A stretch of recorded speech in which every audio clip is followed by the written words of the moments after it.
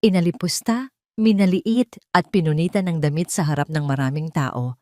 Ang akala ni Jessica ay isa lang akong hamak na waitress. Hindi niya alam, ako ang tunay na mamay-ari ng imperyong ito at asawa ng bilyonaryong pilit niyang inaagaw. Ngayong gabi, ang bawat patak ng aking luha ay magiging mitya ng iyong mabilis na pagguho. Handa ka na bang makilala ang tunay na reyna? Sino ang mananatiling nakatayo? Huwag mong dungisan ang sapatos ko ng marurumi mong kamay, Tina. Isang hamak na waitress ka lang. A piece of trash na pilit isinasaksak ang sarili sa lugar na hindi naman para sa kanya. You are nothing but a bug that I can crush anytime. Ang boses ni Jessica ay kasing talim ng basag na kristal, umaalingaw-ngaw sa mamahaling pasilyo. Lumiere. Kasunod nito ay ang marahas na pagbawi niya ng kanyang paa na naging sanhi upang mawalan ng balanse ang babaeng nasa kanyang harapan. Dahan-dahang napaatras si Christina, o mas kilala ngayon sa pangalang Tina, habang nakaluhod sa malamig na sahig. Hawak niya ang isang puting bimpo na basang-basa na sa natapong red wine. Kanina lamang bago dumating ang pangungutya, ay buong ingat niyang nililinis ang mantsa sa sahig na iniwan ng pabayang pagkilos ni Jessica. Ginawa niya iyon hindi dahil sa takot, kundi dahil sa malasakit sa kanyang mga tauhan. Ayaw niyang mapagalitan ang batang busboy na nanginginig sa takot sa harap ng matapobreng customer. Ngunit ang bawat hibla ng kanyang pagpapakumbaba ay tila tinatapak-tapakan ng matutulis na takong ni Jessica. Ramdam ni Christina ang hapdi sa kanyang mga palad na nakadiin sa sahig. Ngunit mas matindi ang kirot na gumuguhit sa kanyang dibdib. Ang babaeng nasa harapan niya na nakasuot ng alahas na sapat na upang pakainin ang isang buong barangay ay ang babaeng pilit na inilalapit ng kanyang biyenan sa kanyang asawa. Nanatiling nakayuko si Christina. Ang kanyang buhok ay bahagyang tumatabing sa kanyang mukha. Itinatago ang mga matang nangingilid ang luha. Hindi siya kumikibo. Ang kanyang lalamunan ay tila may nakabara, tuyong-tuyo at mahapdi. Ang kanyang mga daliri ay nanginginig. Habang mahigpit na nakahawak sa basang bimpo, ang tanging sandata niya sa sandaling iyon ng matinding kahihiyan. Ang bawat salita ni Jessica ay tila isang latay sa kanyang pagkatao. Bawat tawa nito ay tila asin na ibinubudbod sa isang sariwang sugat. Bakit hindi ka makapagsalita?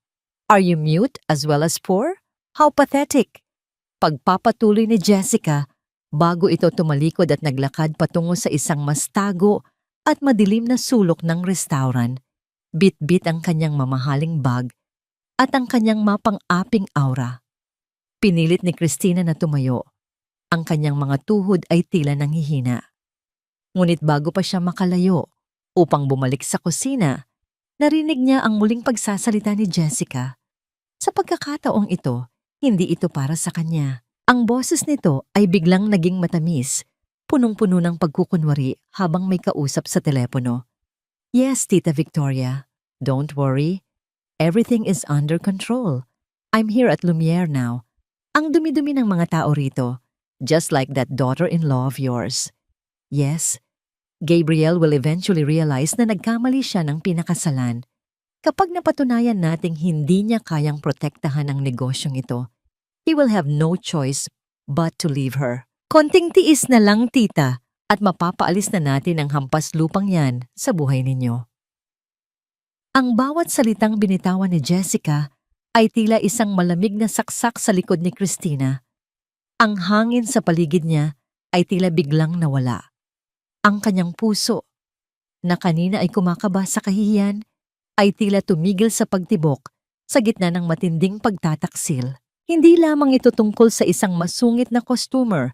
Ito ay isang planadong pagsira sa kanyang buhay, sa kanyang pamilya, at sa kanyang dignidad na pinamumunuan mismo ng ina ng lalaking pinakamamahal niya. Tumingala si Christina, pilit na pinipigilan ang pagbagsak ng kanyang mga luha. Ang marangyang chandelier sa kisame ng Lumiere ay tila lumabos sa kanyang paningin. Sa gitna ng katahimikan ng pasilyo, ang tanging naririnig niya ay ang mabilis at mabigat na paghinga ng sarili niyang dibdib. Ang velum na pader na kanyang kinasasandalan ay tila naging kasing lamig ng yelo. Nanunuot ang ginaw hanggang sa kanyang mga buto. Nanatili siyang nakatayo doon, isang anino sa gitna ng karangyaan, habang ang boses ni Jessica ay unti-unting nawawala sa malayo. Ang kanyang mundo, na binuo niya ng may pagmamahal at sakripisyo, ay tila unti-unting naglalagas tulad ng mga tuyong dahon sa gitna ng bagyo. Bakit ang taong itinuring mong pamilya ang siya pang kukuha ng kutsilyo upang tapusin ka? Hanggang saan ang kayang tiisin ng isang pusong wala namang ibang hangad kundi ang magmahal at magsilbi?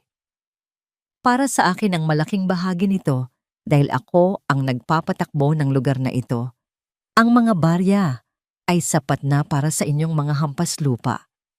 Ang boses ni Bernardo, ang manager ng Lumiere, ay puno ng kayabangan habang kinukuha niya ang mga papel na pera mula sa tip jar sa harap ng mga tauhan. Walang nangahas na umimik.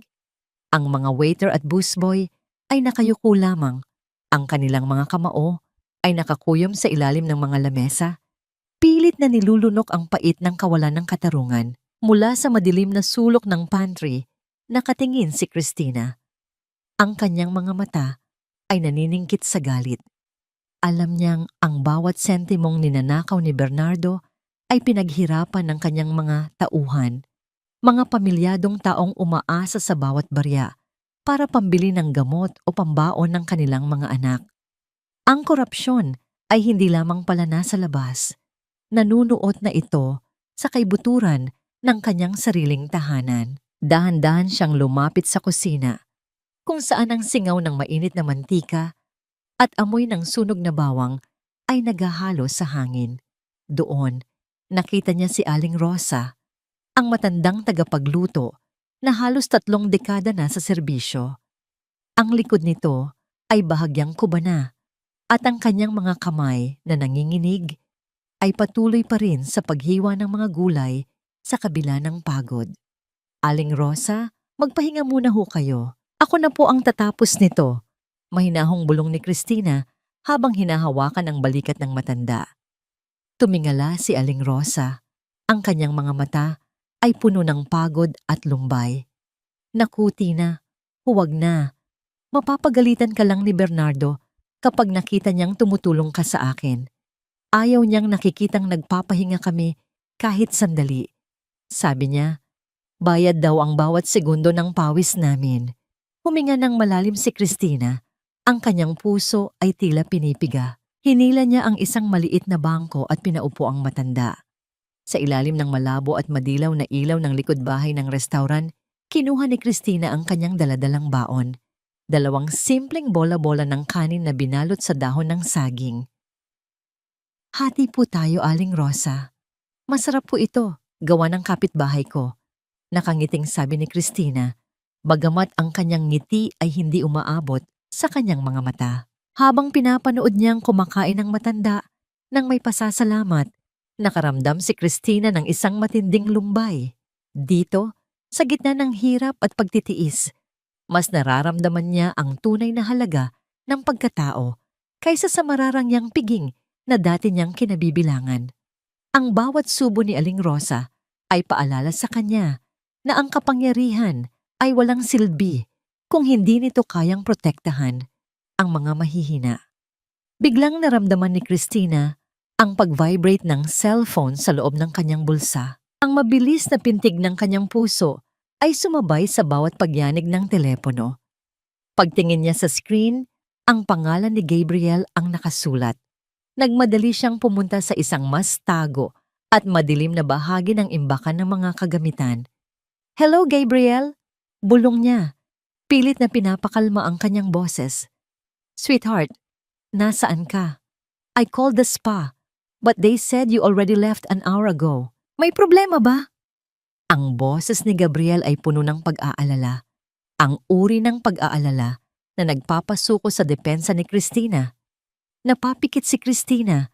Ang kanyang likod ay sumandal sa malamig na pader ng bodega.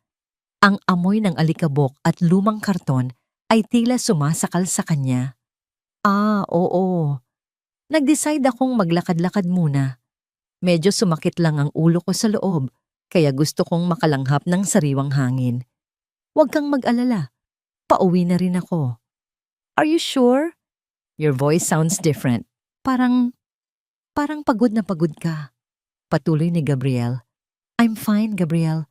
Promise. I'll see you at home later. I love you.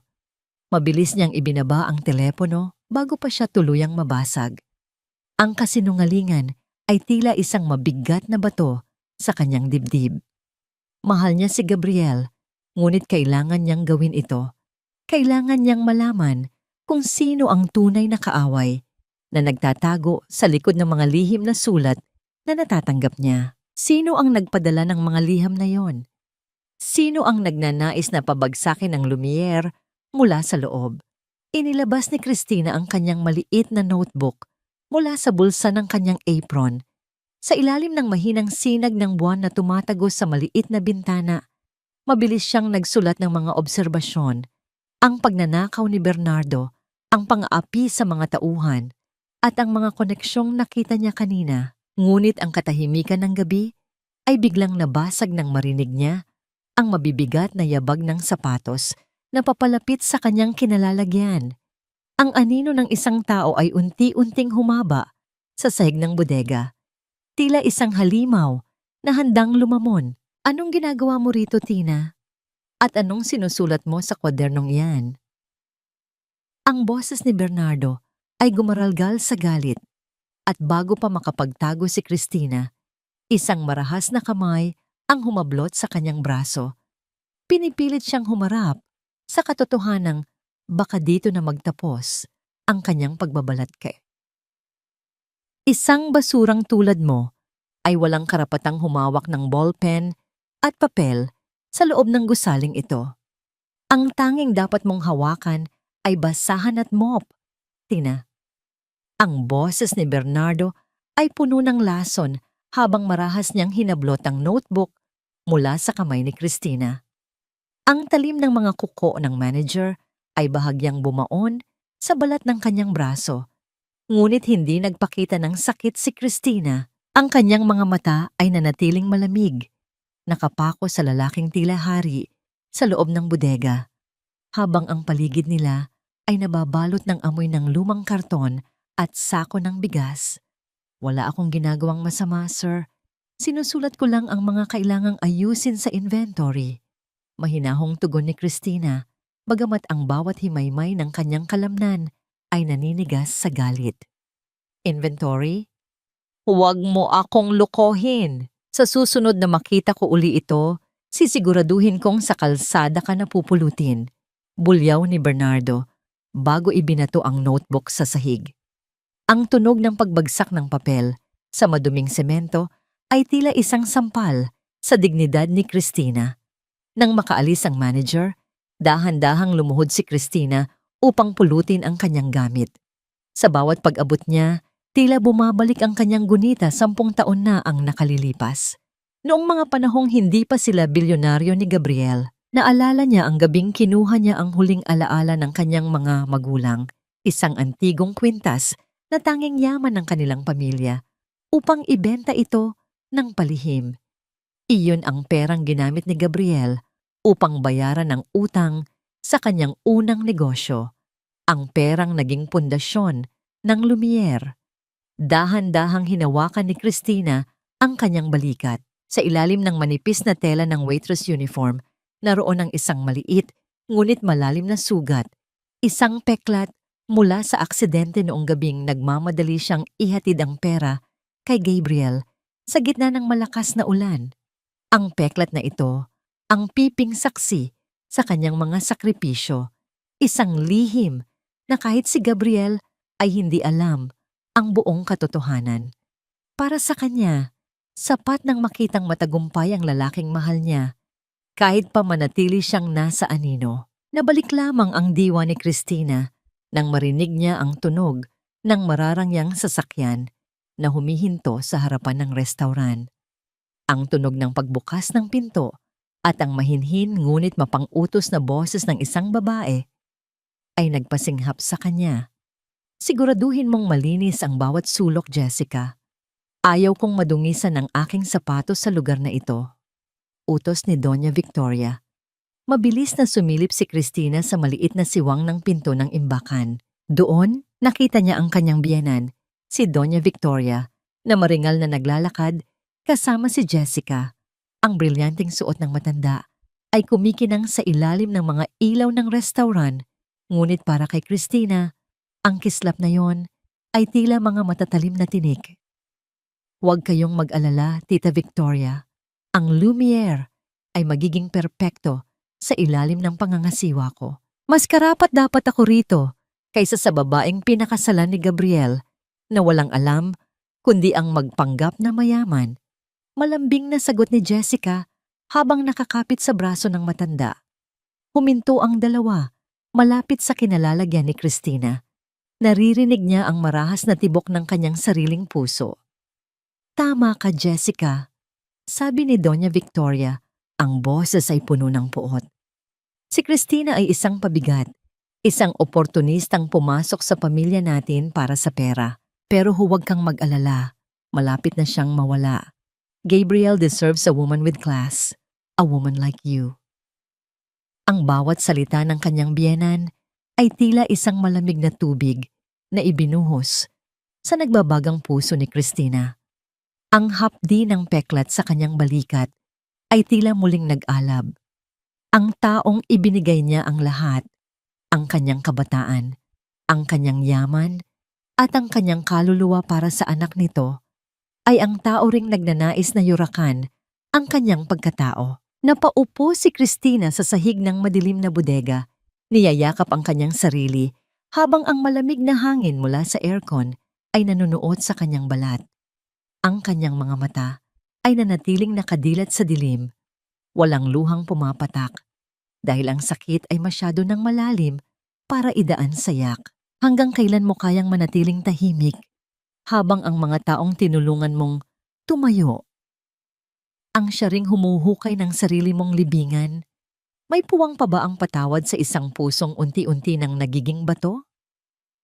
Bernardo! Muling umalingaw ang boses ni Doña Victoria sa labas. Tawagin mo ang lahat ng empleyado. Ngayon din, gusto kong makita kung sino-sino ang mga taong pinapakain ng aking anak. Nanigas si Christina sa kanyang kinalalagyan. Ang pawis ay nagsimulang mamuo sa kanyang noo. Kung lalabas siya, makikita siya ng kanyang biyenan. Kung hindi naman, lalong maghihinala si Bernardo. Tumingin ka sa sahig. Dahil doon ka lang nababagay, ang mga mata ng isang utusan ay hindi dapat nangangahas na tumingin sa antas ng aming mga alahas. Ang boses ni Doña Victoria ay malamig pa sa hanging nagmumula sa mga aircon ng restaurant. Nakatayo si Christina sa mahabang linya ng mga empleyado. Nakayuko, ang kanyang mga kamay ay nakasabit sa gilid ng kanyang kupas na apron. Ramdam niya ang bawat matatalim na tingin ng kanyang biyenan, na tila sumusuri sa bawat hibla ng kanyang pagkatao. Sa tabi ng matanda, si Jessica ay nakangisi.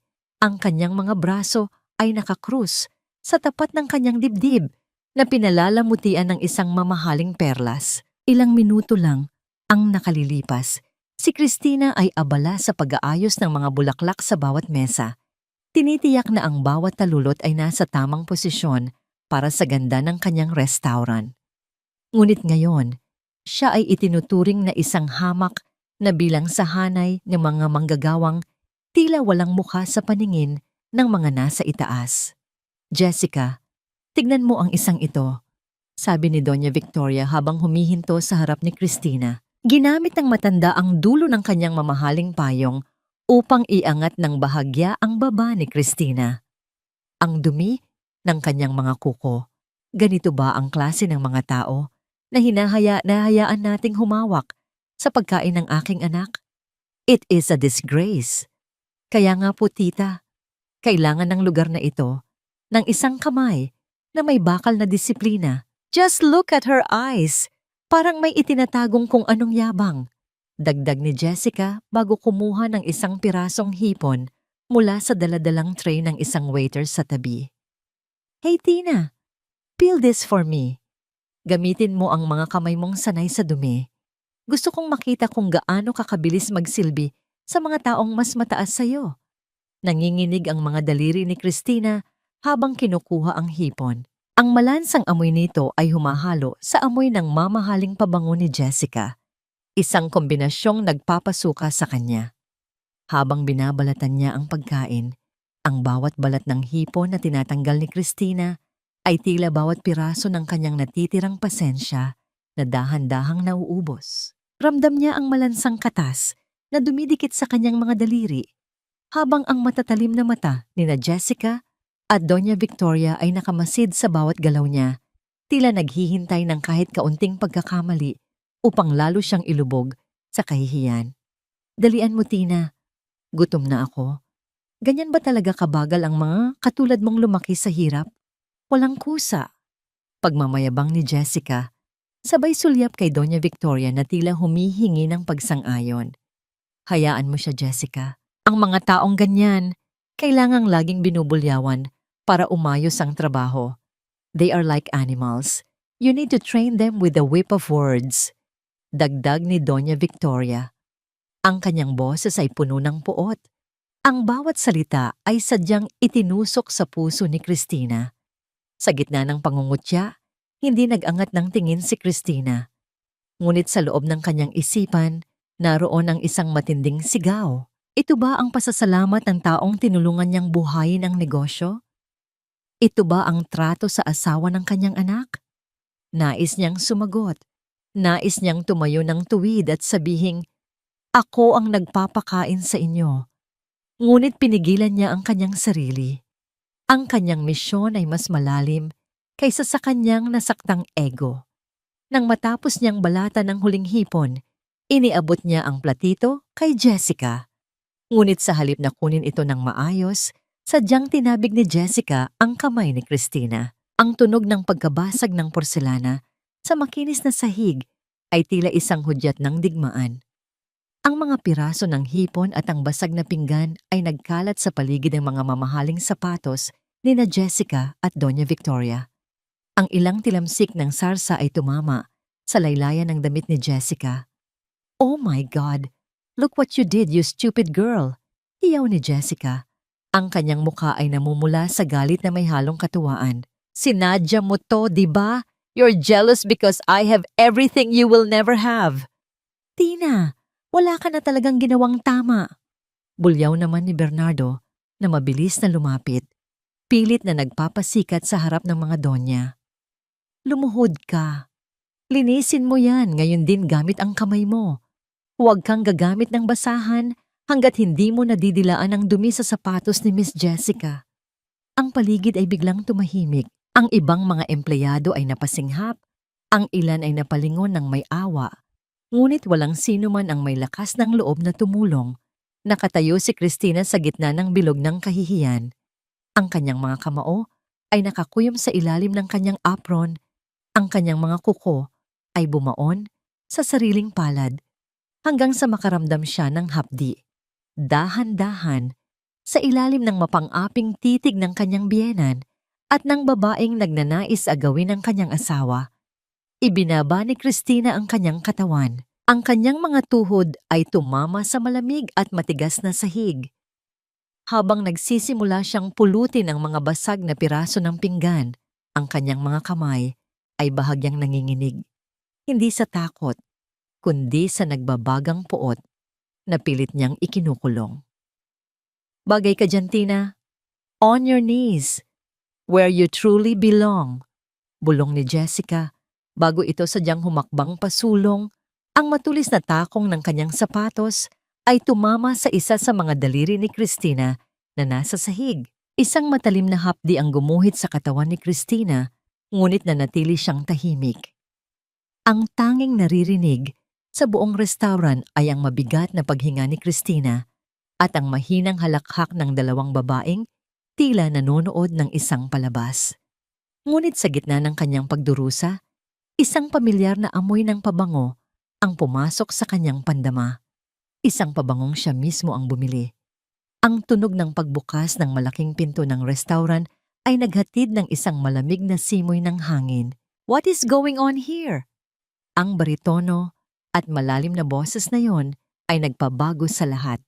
Si Gabriel, napatigil ang lahat. Tila ang oras ay huminto. Nakaluhod pa rin si Christina sa sahig. Ang kanyang daliri ay nasa ilalim pa rin ng takong ni Jessica, habang ang kanyang asawa ay mabilis na naglalakad patungo sa kinaroroonan nila. Ang mga mata ay naniningkit sa hindi maipaliwanag na tensyon. Ang boses ni Gabriel ay tila isang dagundong ng kulog na nagpatahimik sa buong bulwagan ng Lumiere. Ang bawat hakbang ng kanyang sapatos sa makintab na sahig ay nagbibigay ng kakaibang bigat. Isang awtoridad na nagpabago sa takbo ng hangin sa loob ng restaurant. Mabilis na binawi ni Jessica ang kanyang paa mula sa mga daliri ni Christina. Ang kanyang mukha na kanina ay punong-puno ng puot ay biglang nagbihis ng isang matamis at inosenteng ngiti. "Gabriel, you're here!" Masayang bati ni Jessica. Ang boses ay tila huni ng isang ibon na nagkukunwaring maamo. "Mabuti at dumating ka. I was just telling Tita Victoria how clumsy the staff here has become. Look, this waitress accidentally spilled wine on my dress and broke the plate. Tinutulungan ko lang siyang pulutin ang mga basag na porselana para hindi siya masugatan." Nanatiling nakayuko si Christina. Ang kanyang buhok ay tila isang kurtinang itinatago ang kanyang mukha mula sa paningin ng asawa. Ang kanyang puso ay tila isang tambol na nagwawala sa loob ng kanyang dibdib. Natatakot siyang tumingin ng diretsyo. Baka sa isang sulyap lang ay makilala siya ni Gabriel. Ramdam niya ang panginginig ng kanyang mga kamay, hindi dahil sa lamig ng sahig, kundi dahil sa tensyong bumabalot sa bawat segundo ng kanilang pagkakalapit. "Is that so?" Malamig na tanong ni Gabriel. Hindi siya tumingin kay Jessica. Ang kanyang mga mata ay nakapako sa babaeng nakaluhod pa rin sa sahig. Balot ng isang kupas na apron at tila pasan ang buong mundo sa kanyang mga balikat. "Yes, Gabriel," sabat ni Doña Victoria habang lumalapit sa kanyang anak. Hinawakan niya ang braso ni Gabriel at bahagyang hinila ito palayo. "Don't stress yourself with this, Pipopol. Bernardo is already handling it. Let's go to the VIP room. Kanina pa tayo hinihintay ng mga business partners mo." Ngunit hindi kumilos si Gabriel. Tila may isang hindi nakikitang puwersa na humihila sa kanya patungo sa kinaroroonan ng waitress. Lumuhod siya ng bahagya. Sapat na upang maabot ang sahig.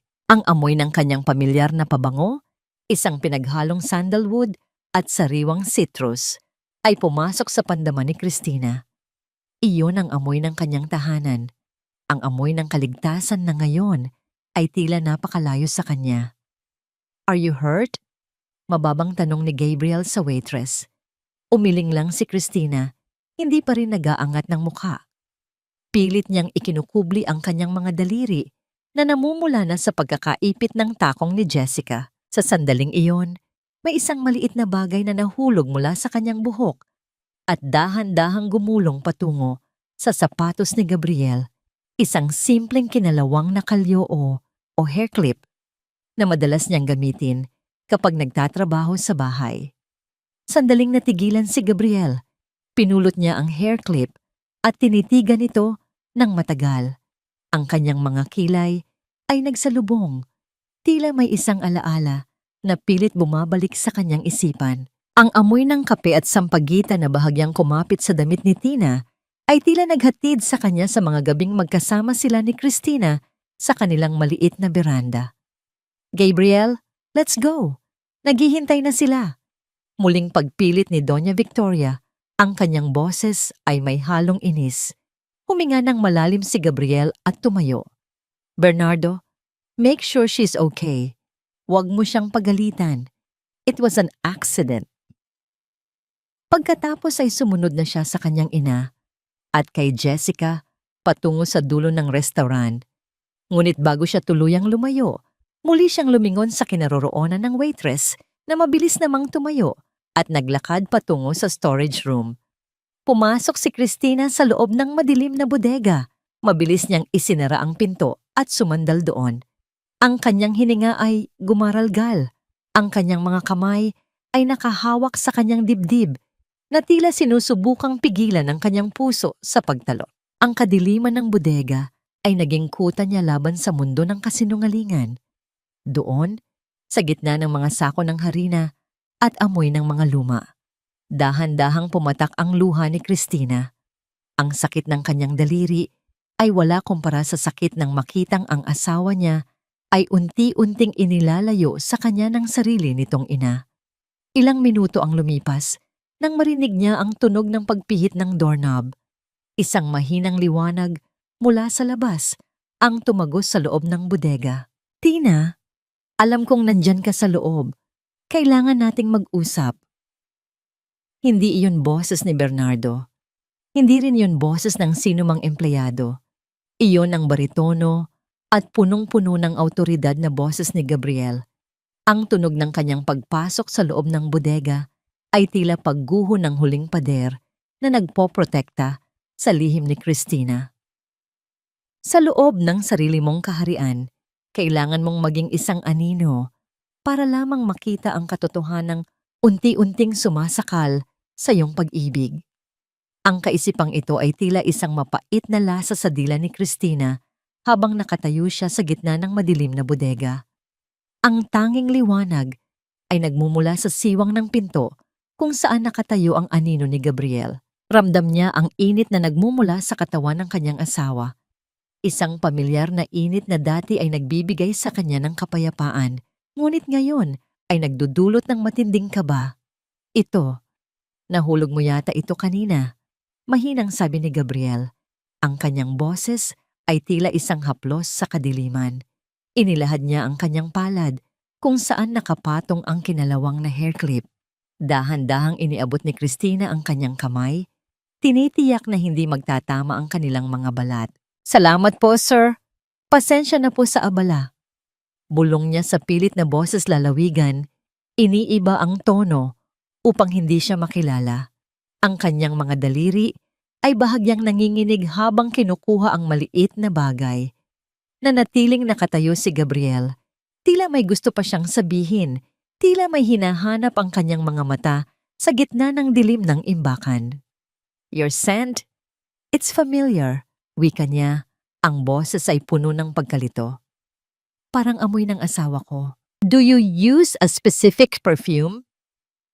Napasinghap si Christina sa loob ng kanyang isipan. Ang kanyang puso ay tila isang ibon na pilit kumakawala sa hawla. Hindi po, sir. Baka po amoy ng mga nilalabhan ko lang sa bahay." Mabilis niyang sagot bago yumuko ng malalim. "Kailangan ko na po palang bumalik sa kusina. Baka hanapin ako ni Sir Bernardo." Hindi na naghintay ng sagot si Christina. Mabilis siyang lumusot sa gilid ni Gabriel. Ang kanyang balikat ay bahagyang nadagi ang braso nito. Isang mabilis na kuryente ng pangungulila ang gumuhit sa kanyang buong pagkatao. Paglabas niya sa maliwanag na bahagi ng restauran, hindi siya huminto hanggang sa makarating siya sa likod ng malaking horno sa kusina. Doon, nakita niya si Aling Rosa, na hirap sa pagbubuhat ng isang malaking kawa. Ang matanda ay pawis na pawis. Ang kanyang mukha ay namumutla sa pagod. Walang ibang tumutulong sa kanya. Ang ibang mga empleyado ay abala sa pagsunod sa mga kapritsyo ni Bernardo. Mabilis na lumapit si Christina at kinuha ang kabilang hawakan ng kawa. "Aling Rosa, dahan-dahan lang po. Ako na po rito, Anya." "Salamat, Tina. Napakabuti mong bata." Hingal na sagot ng matanda. Napatingin si Aling Rosa sa laylayan ng apron ni Christina na may kaunting dumi mula sa bodega. "Alam mo, ang mga tulad nating maliliit, kailangang magtulungan.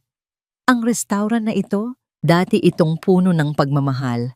Pero simula nang makipag-alyansa si Bernardo sa babaeng iyon, tila naging impyerno na ang lugar na ito para sa amin." "Anong ibig ninyong sabihin, Aling Rosa?" tanong ni Christina, ang kanyang mga mata ay naghahanap ng kasagutan. Lumingon muna ang matanda sa paligid upang tiyaking walang nakikinig.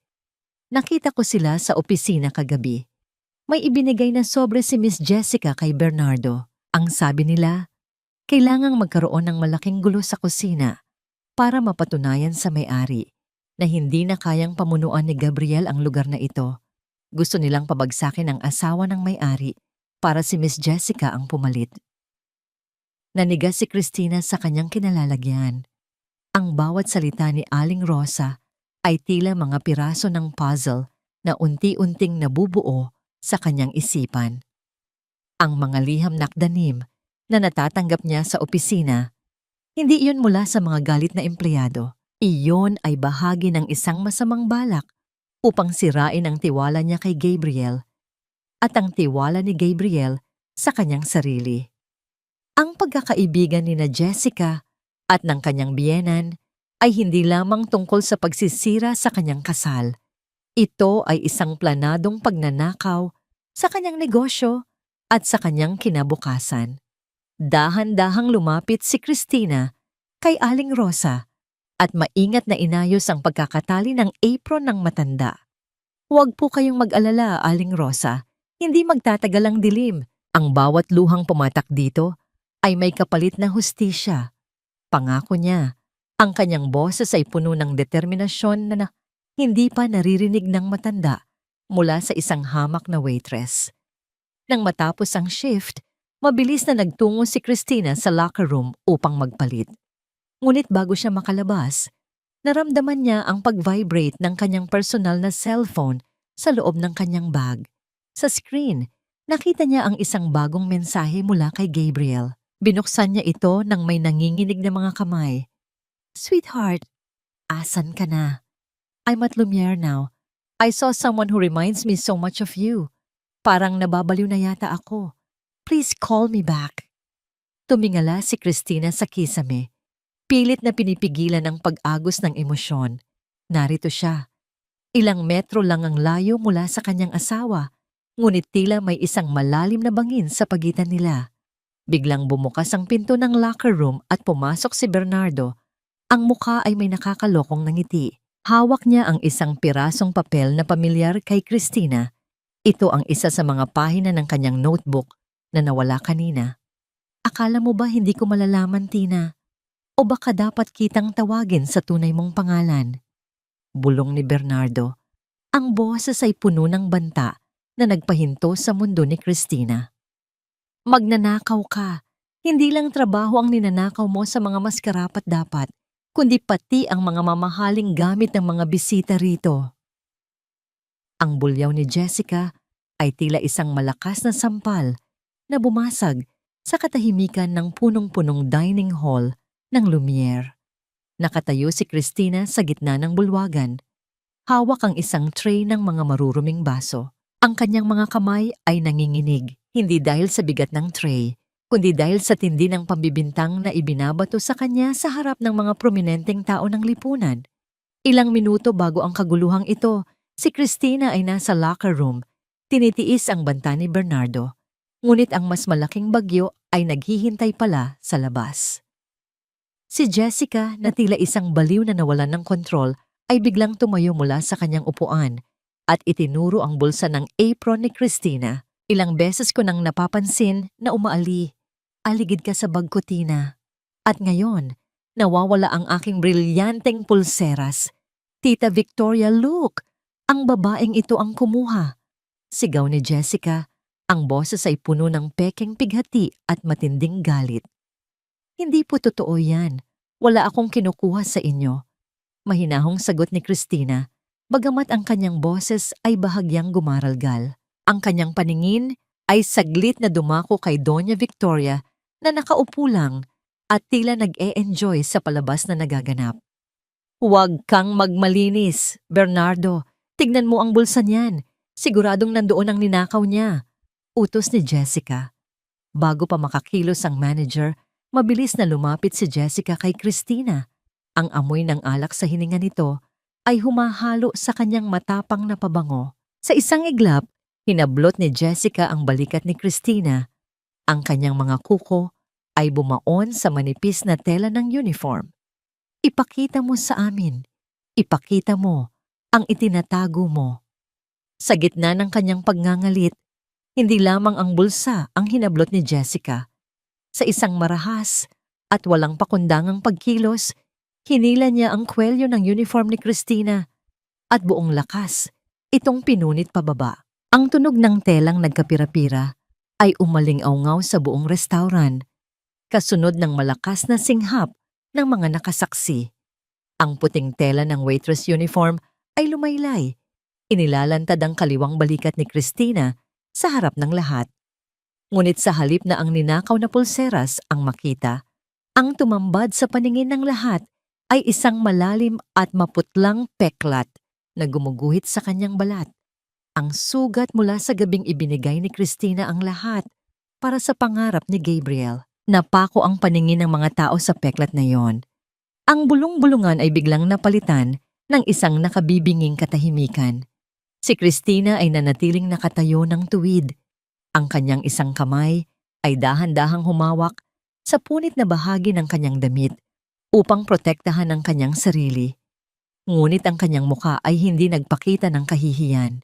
Sa halip, ang kanyang mga mata ay nagniningning sa isang kakaibang uri ng pighati at dangal. Ang kanyang puso ay tila isang basong dahan-dahang nagkakabit-kabit muli sa gitna ng pagkabasag. Ramdam niya ang lamig ng hangin na humahaplos sa kanyang hubad na balikat, isang paalala ng bawat sakripisyong hindi kailanman kinilala ng pamilyang kanyang pinaglingkuran. Ang bawat tibok ng kanyang dibdib ay tila isang piping saksi sa kawalang katarungang ito. Ano yan? Isang peklat? Ang natitirang boses ni Jessica ay bahagyang nanghina, ngunit pilit pa rin niyang ibinabalik ang kanyang yabang. Kahit anong dumi ng katawan mo, hindi niyan mababago na magnanakaw ka. Hindi sumagot si Christina. Tumingin siya ng diretso sa mga mata ni Jessica. Isang tingin na punong-puno ng awa, hindi para sa sarili niya, kundi para sa kaluluwa ng babaeng nasa harapan niya. Ang kanyang katahimikan ay tila isang dambuhalang pader na hindi matitibag ng kahit anong sigaw. Sa gitna ng tensyon, ang malaking pinto ng Lumiere ay marahas na bumukas. Ang tunog ng mga yabag ng sapatos na mabilis na naglalakad sa sahig ay naghatid ng isang kakaibang enerhiya. Bakit ang kapalaran ay sadyang mapaglaro? Nasa sandali ng iyong pinakamatinding pagbagsak, doon pa darating ang taong huling gusto mong makakita sa iyo sa ganitong kalagayan? Maari bang ang isang punit na damit ang maging daan upang mabuo ang isang katotohanang matagal nang itinatago? Ang hangin sa loob ng Lumiere ay tila naging kasing bigat ng tingga. Ang kamay ni Jessica ay nakataas na sa hangin, handang ilapat ang isang marahas na sampal sa pisngi ni Christina. Ngunit bago pa man ito tumama, isang matikas at bakal na kamay ang humablot sa kanyang pulso. Ang tunog ng pagpigil na yon ay hindi narinig.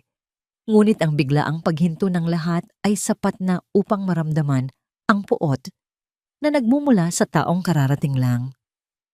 Gabriel! Ang tanging naisambit ni Jessica. Ang kanyang boses ay biglang naging manipis at puno ng gulat. Ang galit sa kanyang mga mata ay napalitan ng matinding takot nang makita ang madilim at nagbabagang tingin ni Gabriel. Hindi binitawan ni Gabriel ang pulso ni Jessica.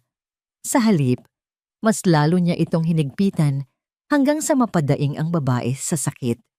Ang kanyang paningin ay hindi nakapako sa kaaway, kundi sa babaeng nakatayo sa gitna ng kahihiyan. Kay Christina, napilit hinahawakan ang kanyang punit na uniforme upang ikubli ang kanyang balikat. Ngunit huli na, nakita na ni Gabriel ang lahat. Nakita niya ang maputla at pamilyar na peklat sa balikat ni Christina, ang sugat na naging simbolo ng kanilang pagsisimula. Ang bawat alaala ng kanilang kahirapan, ng bawat gabing pinagsaluhan nila, ang isang basong tubig at pangarap, ay tila humampas sa kanyang dibdib nang makita ang kanyang asawa sa ganitong kalagayan. Dahan-dahang binitawan ni Gabriel ang kamay ni Jessica ng may pandidiri, na tila humawak siya sa isang maruming bagay. Hindi siya nagsalita sa kanyang ina o kay Jessica. Sa halip, hinubad niya ang kanyang mamahaling coat at lumapit kay Christina. Ang bawat hakbang niya ay puno ng pagsisisi at nag-aalab na pag-ibig. Sa harap ng lahat ng mga bisita, sa harap ng kanyang ina, na ngayoy nakatulala sa gulat, binalot ni Gabriel ang katawan ni Christina gamit ang kanyang coat. Ang init ng tela at ang pamilyar na bango ng kanyang asawa ay bumalot sa nanginginig na katawan ni Christina. "I'm sorry. I'm so sorry, sweetheart," bulong ni Gabriel. Ang kanyang boses ay gumaralgal sa tindi ng emosyong nararamdaman. Dahan-dahang lumuhod si Gabriel sa harap ni Christina, isang pagkilos na nagpasinghap sa lahat ng naroroon. Ang isang bilyonaryong tinitingala ng lahat ay nakaluhod sa paanan ng isang waitress na punit ang damit. Hinawakan niya ang mga kamay ni Christina na puno ng katas ng hipon at dumi mula sa sahig. At dahan-dahang hinalikan ang mga daliri nitong namumula pa rin mula sa pagkakaipit sa takong ni Jessica. "Gabriel, ano bang ginagawa mo? She's just a waitress. She's a thief!" Ang sigaw ni Doña Victoria, bagamat ang kanyang boses ay nanginginig na sa kaba. Dito na humarap si Gabriel sa kanyang ina. Ang kanyang mga mata, na dati ay puno ng respeto, ay ngayoy puno na ng matinding puot at pagkadismaya.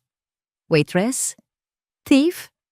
Ina, ang babaeng tinatapak-tapakan ninyo. Ang babaeng hinayaan ninyong bastusin ng babaeng ito ay ang asawa ko, ang reyna ng buhay ko, ang tunay na may-ari ng Lumiere na pinakakain kayo araw-araw." Ang katahimikan sa loob ng restaurant ay naging kasing lalim ng hukay. Ang mukha ni Jessica ay nawalan ng kulay, tila isang bangkay na nakatayo habang unti-unting napagtatanto ang laki ng kanyang pagkakamali. Ang kanyang mga labi ay nanginig, ngunit walang salitang lumabas. Hinawakan ni Gabriel ang mukha ni Christina. Iniangat ang baba nito upang magtama ang kanilang mga mata. Sa gitna ng kaguluhan, tila silang dalawa lamang ang naroroon. "Huwag kang matakot. Nandito na ako. Wala nang makakasakit sa iyo muli," pangako niya bago dahan-dahang idinampi ang kanyang mga labi sa noo ni Christina. Isang halik na puno ng paggalang at pangako ng proteksyon. Tumayo si Gabriel. Ang kanyang kamay ay mahigpit na nakahawak sa baywang ni Christina, tila ipinapakita sa buong mundo na hindi niya ito kailanman bibitawan. Tumingin siya kay Bernardo na nanginginig na sa isang sulok at pagkatapos ay kina Jessica at sa kanyang ina. "Lahat kayo, lumabas." Ngayon din. Ang utos ni Gabriel ay mahinahon, ngunit may dalang kapangyarihan na hindi mababali. "Bernardo, you are fired.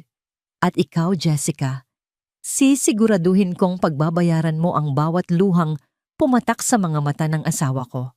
At ina, huwag mo na kaming hihintayin sa bahay dahil simula ngayon, wala ka ng anak na tatawaging Gabriel." Ang bawat salita ay tila isang hatol na huling narinig bago ang tuluyang pagguho ng mundo ni na Jessica at Doña Victoria. Habang hilahila ni Gabriel si Christina palabas ng bulwagan, ang tanging naiwan ay ang amoy ng pagsisisi at ang anino ng isang reynang sa wakas ay nabawi na ang kanyang trono. Ngunit bago sila tuluyang makalabas, isang mahalagang dokumento ang nahulog mula sa bulsa ng manager na si Bernardo. Isang dokumento na may lagda na hindi inaasahan ni Gabriel na makikita sa ganitong pagkakataon.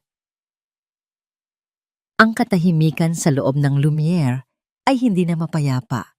Ito ay isang katahimikang mabigat, punong-puno ng kahihiyan para sa mga taong akala ay sila ang batas, at punong-puno ng paggalang para sa babaeng matagal nilang nilaro. Si Jessica ay nakatayo pa rin.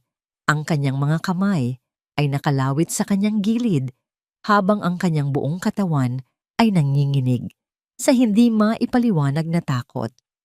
Ang kanyang mukha na kanina ay pininturahan ng pagmamalaki ay tila isang pader na unti-unting nagtitibag. "Gabriel, Sweetheart, let me explain. Hindi ko alam.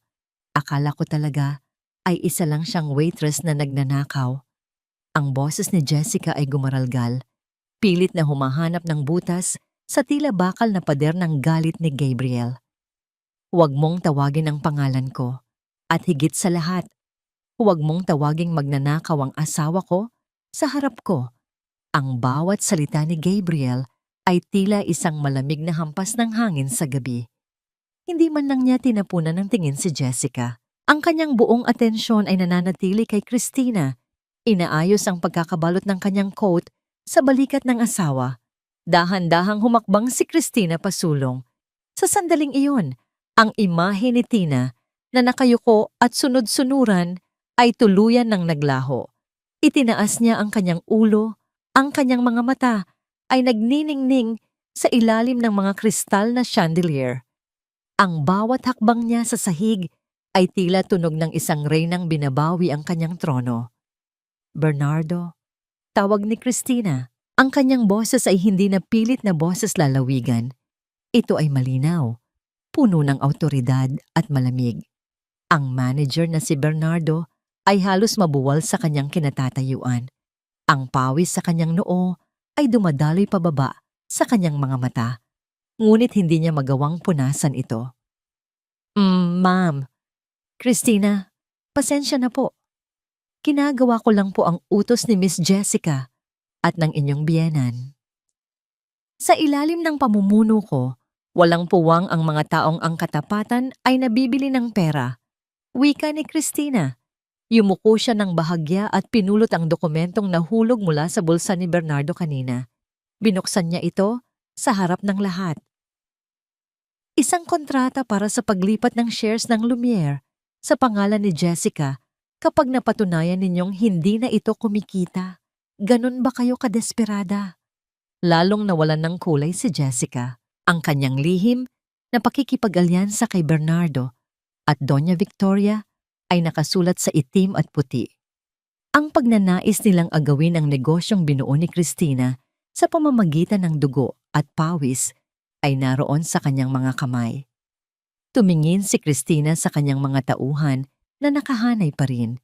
Nakita niya si Aling Rosa na nakatingin sa kanya ng may luha sa mga mata. Lumapit si Christina sa matandang kusinera at hinawakan ang magaspang nitong mga kamay. Aling Rosa, salamat sa katapatan ninyo. Mula sa araw na ito, kayo na ang mamamahala sa buong kusina. At ang bawat sentimong kinuha ni Bernardo sa inyong mga tip, sisiguraduhin kong maibabalik sa inyo ng may dagdag. Anunsyo ni Christina. Isang mahinang bulong ng pasasalamat at palakpakan ang nagsimulang mabuo sa hanay ng mga empleyado. Security, ang sigaw ni Gabriel ay umalingaw-ngaw sa buong bulwagan. Ilabas ang mga taong ito, huwag niyo silang hahayaang makatapak muli sa kahit anong ari-arian ng pamilya De Vega. At tawagan ang aming abogado. I want them to pay for every single damage they caused, mentally and legally. Ang mga security guard ay mabilis na lumapit.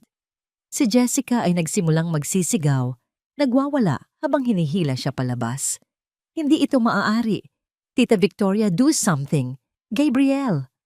Ngunit ang kanyang mga sigaw ay tila tunog na lamang ng isang sirang plaka sa pandinig ng lahat. Naiwan si Doña Victoria na nakatayo malapit sa buffet table. Ang kanyang muka ay puno ng pait at matinding kahihiyan. Noong makita niyang lilingon ang kanyang anak sa kanya, mabilis siyang humawak sa kanyang dibdib. Ang kanyang paghinga ay biglang naging mabigat at pasumpong-sumpong. Gabriel, ang puso ko. Hindi ko na kaya. Ang boses ng matanda ay nanghihina. Ang kanyang katawan ay tila bumibigay habang dahan-dahan siyang napapasandal sa mesa. Ang mga kubyertos ay nagkaumpugan.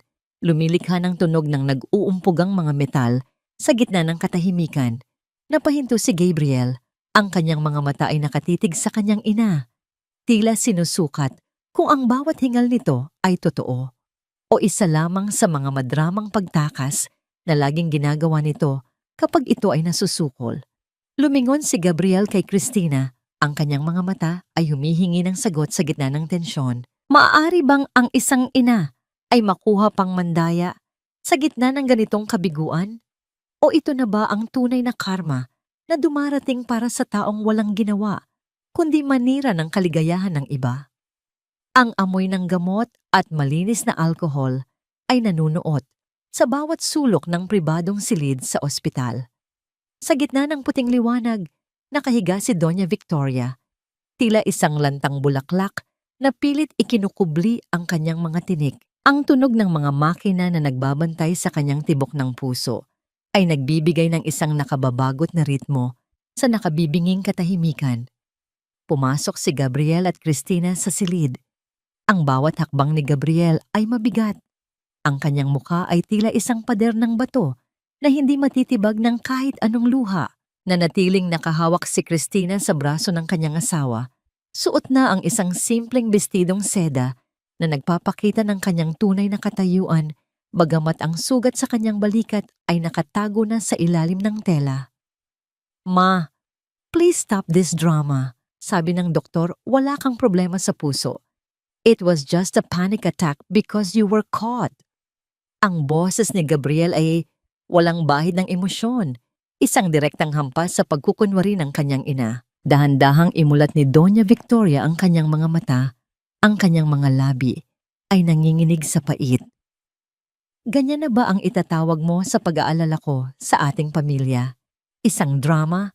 I was doing everything to protect our legacy, Gabriel. Ang babaeng yan. She's a gold digger, isang hamak na waitress." Dito na humakbang si Cristina pasulong, binibitawan ang braso ni Gabriel upang harapin ang matanda ng mata sa mata. Ang kanyang tindig ay marangal. Ang kanyang boses ay mahinahon, ngunit bawat salita ay tila isang latay ng katotohanan. "Hindi po ako nagmula sa marangyang pamilya, Doña Victoria. Pero ang dangal ko ay hindi kailanman nabibili ng kahit anong brilyante," wika ni Cristina. Noong panahong naghihirap si Gabriel, noong panahong wala siyang matakbuhan dahil tinalikuran ninyo siya, dahil sa isang maling desisyon sa negosyo, ako ang nandoon. Ibinenta ko ang huling alaala ng mga magulang ko para lang makabangon siya. Ang sugat na nakita ninyo sa balikat ko, nakuha ko yon sa gabing tinakbo ko ang perang yon para mailigtas ang anak ninyo mula sa kahihiyan. Natigilan si Doña Victoria. Ang kanyang mga mata ay nanlaki. Tila ngayon lamang pumasok sa kanyang isipan ang bigat ng sakripisyong ginawa ng babaeng matagal niyang minaliit. "I stayed silent because I loved him, not his money. Pero ang pananahimik ko ay may hangganan din." Pagpapatuloy ni Cristina, ang kanyang mga mata ay nagniningning sa ilalim ng ilaw ng ospital. "I don't need your approval to be his wife, but I demand your respect as a person. Dahil kung hindi ninyo yon maibibigay, hindi lang ako ang mawawala sa inyo, kundi ang kaisa-isa ninyong anak." Tumingin si Gabriel sa kanyang ina. Ang kanyang kamay ay dahan-dahang humawak sa kamay ni Cristina. Mahigpit na pinagsasalikop ang kanilang mga daliri sa ilalim ng mahinang sinag ng araw na tumatagos sa bintana. Ang simpleng pagkilos na yon ay isang deklarasyon ng digmaan laban sa kahit anong balakid na haharang sa kanilang dalawa. "Cristina is right, ma." Wika ni Gabriel, ang kanyang boses ay puno ng pinalidad.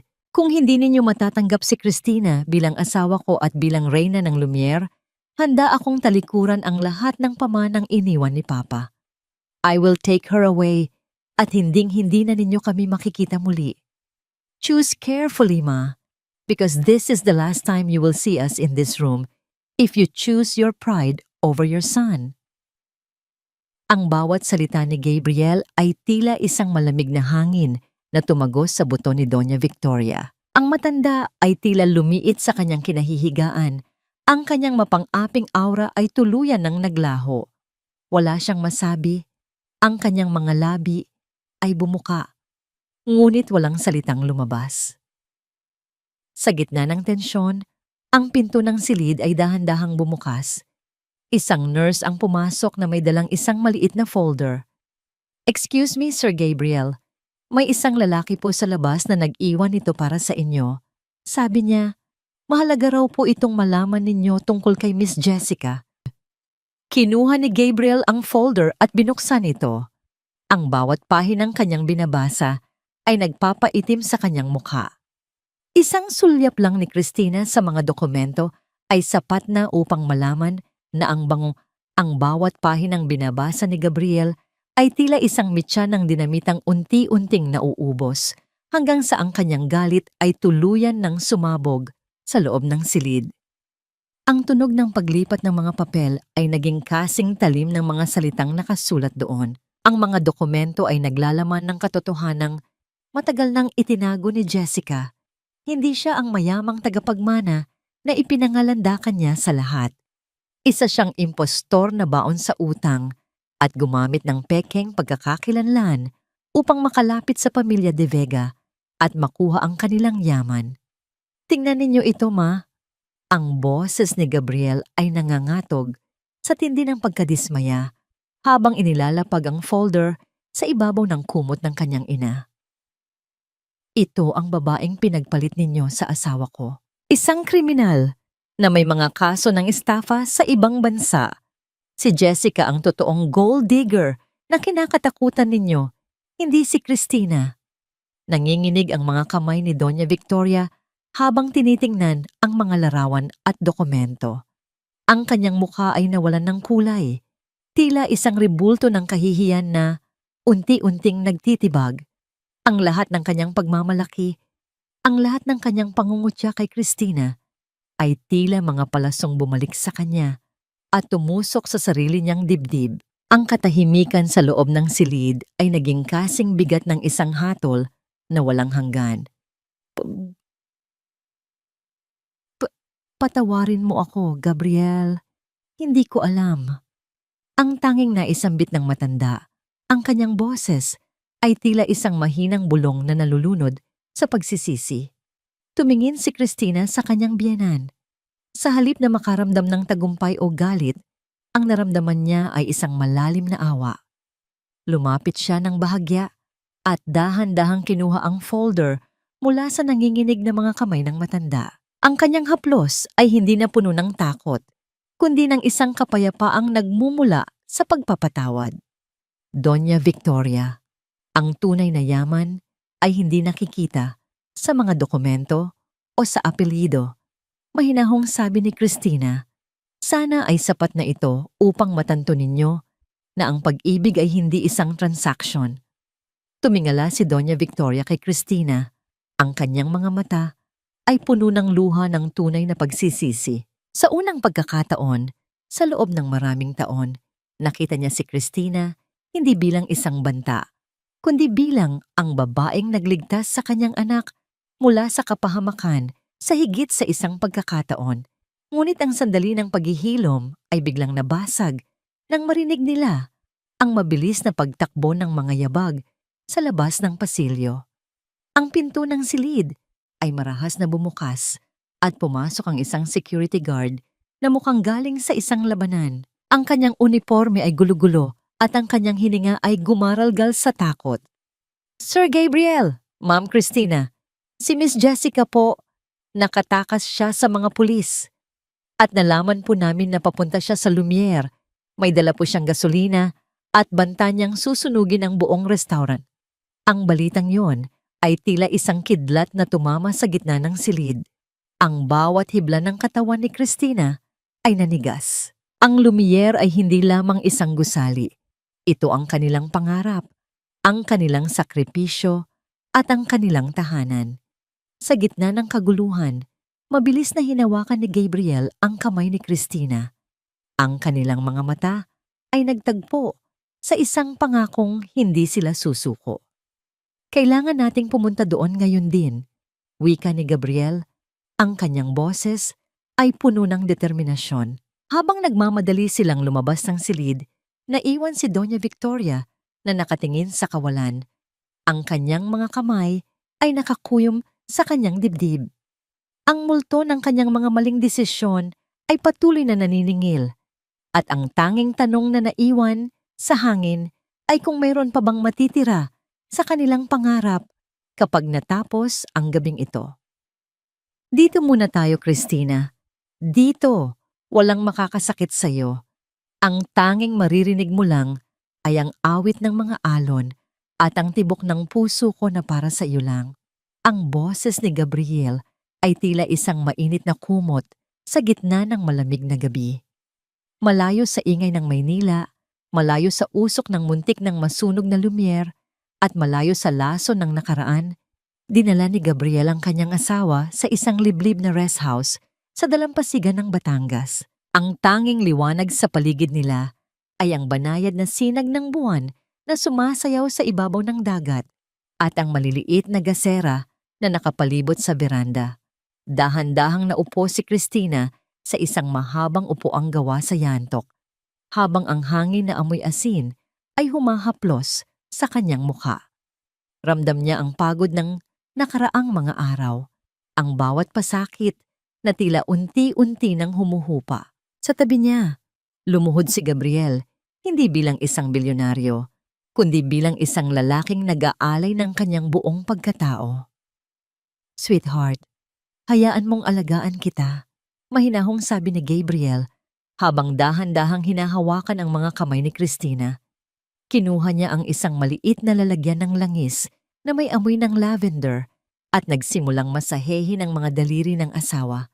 Ang mga daliring naging biktima ng pang-aapi ni na Jessica. Napapikit si Christina. Nararamdaman ang bawat hagod ng mga kamay ni Gabriel. Ang bawat haplos ay puno ng pagsisisi, tila humihingi ng paumanhin sa bawat minutong hindi niya ito naprotektahan. Ang katahimikan sa pagitan nila ay hindi nakababagot. Ito ay isang katahimikang puno ng mga salitang hindi na kailangang bigkasin pa. Dahan-dahang ibinaba ni Gabriel ang coat na nakabalot sa balikat ni Christina. Sa ilalim ng malabong ilaw, muling tumambad ang peklat sa kanyang balikat. Ngunit sa pagkakataong ito, hindi ito tinakpan ni Christina, hindi na siya nahihiya. Inilapit ni Gabriel ang kanyang mukha sa balikat ng asawa.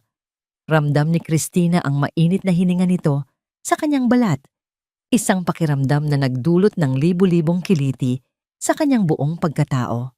Dahan-dahang idinampi ni Gabriel ang kanyang mga labi sa peklat na iyon. Isang mahaba at madamdaming halik na tila naglalayong burahin ang lahat ng pait ng kahapon. This is not a scar of shame, Christina. Bulong ni Gabriel habang ang kanyang noo ay nakasandal sa balikat nito. This is a badge of honor, a map of how much you loved me, even when I had nothing. Patawarin mo ako kung naging bulag ako. Pangako, hinding-hindi ko nahahayaang may humawak kahit sa isang dulo ng buhok mo nang may masamang intensyon. Napalingon si Christina. Ang kanyang mga mata ay nagniningning sa ilalim ng liwanag ng buwan. Hinawakan niya ang mukha ni Gabriel. Hinahaplos ang panga nito na puno ng balbas. Gabriel, hindi ko kailangan ng kayamanan.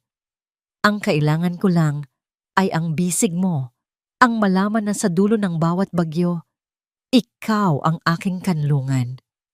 Dahan-dahang inilapit ni Gabriel ang kanyang mukha sa mukha ni Christina hanggang sa magdikit ang kanilang mga ilong. Sa gitna ng katahimikan, ang tanging naririnig ay ang ritmo ng kanilang paghinga na tila nag-iisa. Isang banayad na halik ang ibinigay ni Gabriel sa mga labi ni Christina, isang halik na hindi nagmamadali, puno ng respeto at nangangako ng isang bagong simula. Sabay silang nahiga sa malambot na buhangin sa harap ng beranda, nakatingin sa malawak na kalangitan na puno ng bituin. Nakapatong ang ulo ni Christina sa dibdib ni Gabriel, nakikinig sa bawat tibok ng puso nito na tila isang oyayi na nagpapatulog sa kanyang mga pangamba. Ang init ng katawan ni Gabriel ang naging panlaban niya sa lamig ng gabi. Ngunit ang kapayapaang yon ay bahagyang nagambala nang marinig nila ang tunog ng isang motorsiklo na huminto sa labas ng gate ng rest house. Isang tauhan mula sa kanilang mansyon sa Maynila ang dumating. May dalang isang maliit at simpleng sobre. Sir Gabriel, pinapabigay po ni Doña Victoria. Sabi po niya, huwag daw po ninyong bubuksan hanggat hindi kayo handang makinig. Ang sabi ng tauhan bago mabilis na umalis. Kinuha ni Christina ang sobre. Ang sulat kamay sa labas ay pamilyar. Marangal, ngunit sa pagkakataong ito ay tila nanginginig ang bawat kurba ng mga letra. Isang sulat mula sa kanyang biyenan. Maaari bang ang isang sulat ay magpabago sa lahat ng galit na itinanim ng maraming taon? O isa lamang ba itong panibagong patibong sa gitna ng kanilang muling pagbangon? Dahan-dahang binuksan ni Christina ang sobre sa ilalim ng liwanag ng buwan, habang si Gabriel ay nakamasid ng may halong kaba at pag-asa. Ang sikat ng umaga ay tumatagos sa mga malalaking bintanang kristal ng Lumiere na tila binabasbasan ang bawat sulok ng restaurant ng isang bagong pag-asa. Wala na ang mabigat at madilim na aura ng nakaraan. Ngayon, ang hangin ay amoy sariwang bulaklak at bagong luto na tinapay. Isang halimuyak na nag-aanyaya ng kapayapaan sa bawat papasok na panauhin. Sa gitna ng malawak na kusina, nakatayo si Aling Rosa na suot ang kanyang bagong puting uniforme na may nakaburdang executive chef. Ang kanyang mga mata ay nagniningning sa tuwa habang pinapatnubayan ang mga bagong katuwang sa pagluluto. Ang bawat utos niya ay hindi na sinasabayan ng takot, kundi ng respeto at pagmamahal. Ang Lumiere ay hindi na lamang isang lugar ng karangyaan. Ito ay naging isang tahanan kung saan ang bawat manggagawa ay itinuturing na pamilya. Habang nagaganap ang masayang paghahanda sa loob, isang balita sa telebisyon sa staff room ang nakakuha ng atensyon ng ilan. Ang mukha ni Jessica ay huling nakita sa screen, hindi na sa mga pahina ng fashion magazine, kundi bilang isang taong nagsisilbi ng community service sa kalsada. Wala na ang kanyang mga mamahaling hiyas at matutulis na takong. Sa halip, hawak niya ang isang walis tingting. Pilit na itinatago ang kanyang mukha mula sa mga taong dati niyang minaliit. Ang batas ng karma ay hindi natulog. Ang bawat pangungutya niya noon ay tila mga alikabok na kailangan niyang linisin ngayon. Samantala, sa isang pribadong sulok ng restaurant na nakaharap sa hardin, inihanda ni Christina ang isang espesyal na sorpresa para kay Gabriel. Sa unang pagkakataon, mula nang matapos ang gulo, muling isinuot ni Christina ang kanyang lumang waitress uniform. Ang uniformeng naging saksi sa kanyang pinakamatinding pagsubok. Ngunit sa pagkakataong ito, wala na ang dungis ng kahihiyan. Ang bawat himaymay ng tela ay tila nagpapaalala sa kanya na ang tunay na lakas ay nagmumula sa pagpapakumbaba. Dahan-dahang pumasok si Gabriel sa silid. Ang kanyang mukha ay agad na napalitan ng pagkagulat at matinding pag-ibig nang makita ang asawa. Tina, ang mahinang tawag niya, gamit ang pangalang naging simbolo ng kanilang lihim na laban. Isang matamis na ngiti ang isinalubong ni Christina habang inilalapag ang isang baso ng paboritong alak ni Gabriel sa mesa. Waitress ninyo po ako para sa gabing ito, Sir Gabriel. Ang waitress na habambuhay na magsisilbi sa puso ninyo, biro ni Christina, bagamat ang kanyang boses ay puno ng emosyon. Lumapit si Gabriel at hinawakan ang baywang ng asawa. Dahan-dahang inilalapit ang kanyang katawan sa katawan nito. Kahit anong suotin mo, Christina, maging ito mang uniforme o ang pinakamahal na gown sa mundo, ikaw pa rin ang reynang nagligtas sa akin. I'm so proud of you, sweetheart.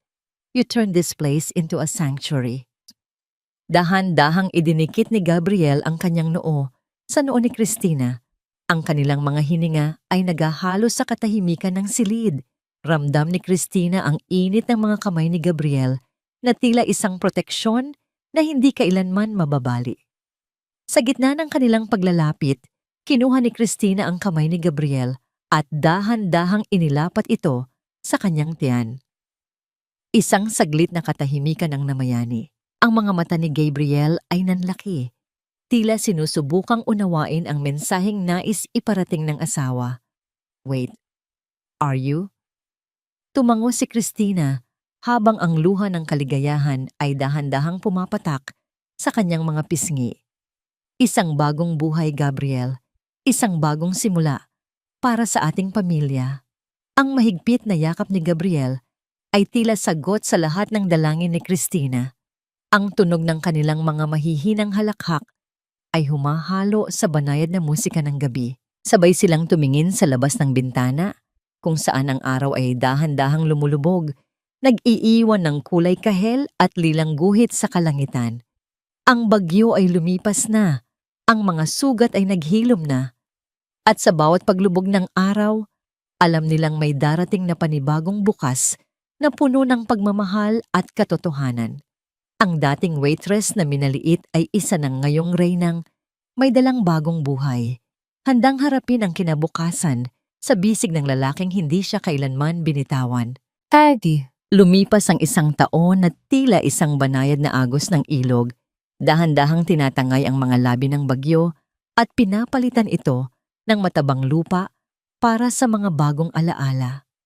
Ang Lumiere ay hindi na lamang isang gusaling yari sa semento at kristal. Ito ay naging isang buhay na monumento ng katarungan sa gitna ng Maynila. Ang bawat bati ng mga empleyado sa mga panauhin ay hindi na nagmumula sa takot, kundi sa isang tunay na pagmamalaki na sila ay bahagi ng isang tahanang marangal. Sa isang malawak na hardin sa likod ng mansyon ng mga De Vega, ang hangin ay puno ng halimuyak ng mga namumukadkad na sampagwita. Ang tunog ng banayad na agos ng tubig mula sa fountain ay humahalo sa mahinang halakhak ng isang sanggol na nakahiga sa isang banig sa ilalim ng malagong puno ng mangga. Si Baby Gabriel Jr. ang simbolo ng muling pagsilang ng kanilang pag-ibig. Dahan-dahang lumapit si Doña Victoria sa sanggol. Wala na ang kanyang matutulis na alahas at ang kanyang mapagmataas na tingin. Sa halip, suot niya ay isang simpleng abaka na blusa at ang kanyang mga mata ay puno ng isang uri ng liwanag na matagal nang nawala. Ang liwanag ng isang lola na sa wakas ay natutong magmahal ng walang kondisyon. Patawad, Apo, kung ang mundong kinalakihan ng iyong ama ay binuo ko sa pamamagitan ng pader ng puot, bulong ng matanda, habang dahan-dahang hinahaplos ang malambot na pisngi ng sanggol. Nakatayo sa di kalayuan sina Christina at Gabriel, pinapanood ang tagpong iyon ng may kapayapaan sa kanilang mga puso. Tanong ng marami, napatawad na ba ni Christina ang kanyang biyenan? Ang sagot ay hindi matatagpuan sa isang biglaang yakap, kundi sa dahan-dahang paghilom ng bawat araw. Napagtanto ni Christina na ang pagpapatawad ay hindi paglimot sa sakit, kundi ang pagpili na huwag nang hayaang lasunin ng sakit na yon ang kanyang kinabukasan. Ang katahimikan sa pagitan nila ni Doña Victoria ay hindi na puno ng banta, kundi ng isang tahimik na pag-unawa na ang bawat tao ay may pagkakataong magbago. Nahanap mo na ba ang binyen na hinahanap mo, sweetheart? Mahinahong tanong ni Gabriel habang iniaakbay ang kanyang kamay sa balikat ng asawa. Ngumiti si Christina at sa pagkakataong ito, ang kanyang nangiti ay kasing liwanag ng hapon. Higit pa sa binyen, Gabriel, nahanap ko ang sarili ko. Nalaman ko na ang tunay na maskara ng isang reyna ay hindi ang kanyang korona o ang kanyang yaman, kundi ang kanyang kakayahang manatiling tao sa gitna ng kawalang katauhan ng iba. Ang peklat sa kanyang balikat ay mananatili doon habang buhay. Ngunit hindi na ito sugat na mahapdi. Ito ay naging isang perlas ng karunungan. Paalala na ang bawat patak ng luha sa gitna ng pang-aapi ay nagpapatatag sa kaluluwa at ang bawat sakripisyo ay may nakalaang gantimpala sa tamang panahon. Ang katarungan ay nakamit na. Si Jessica ay nananatiling isang alaala ng kung paano ang inggit ay nakakasira ng buhay habang ang Lumiere ay patuloy na nagniningning bilang patunay na ang kabutihan ay laging may puwang sa mundo ng mga makapangyarihan. Habang dahan-dahang lumulubog ang araw, nag-iiwan ng kulay ginto sa kalangitan, magkahawak kamay na naglakad ang mag-asawa patungo sa kanilang anak at sa matandang babaeng natutong magpakumbaba. Ang kanilang kwento ay hindi nagtatapos sa isang marangyang kasal o sa isang malaking tagumpay sa negosyo. Nagtatapos ito sa isang simpleng hapunan sa gitna ng pamilyang nabuo muli mula sa mga basag na pangarap. Dahil sa dulo ng lahat, ang pinakamalaking yaman ay hindi ang gintong nasa bulsa, kundi ang pag-ibig na marunong magpatawad, ang katotohanang marunong maghintay, at ang pag-asang hindi kailanman namamatay.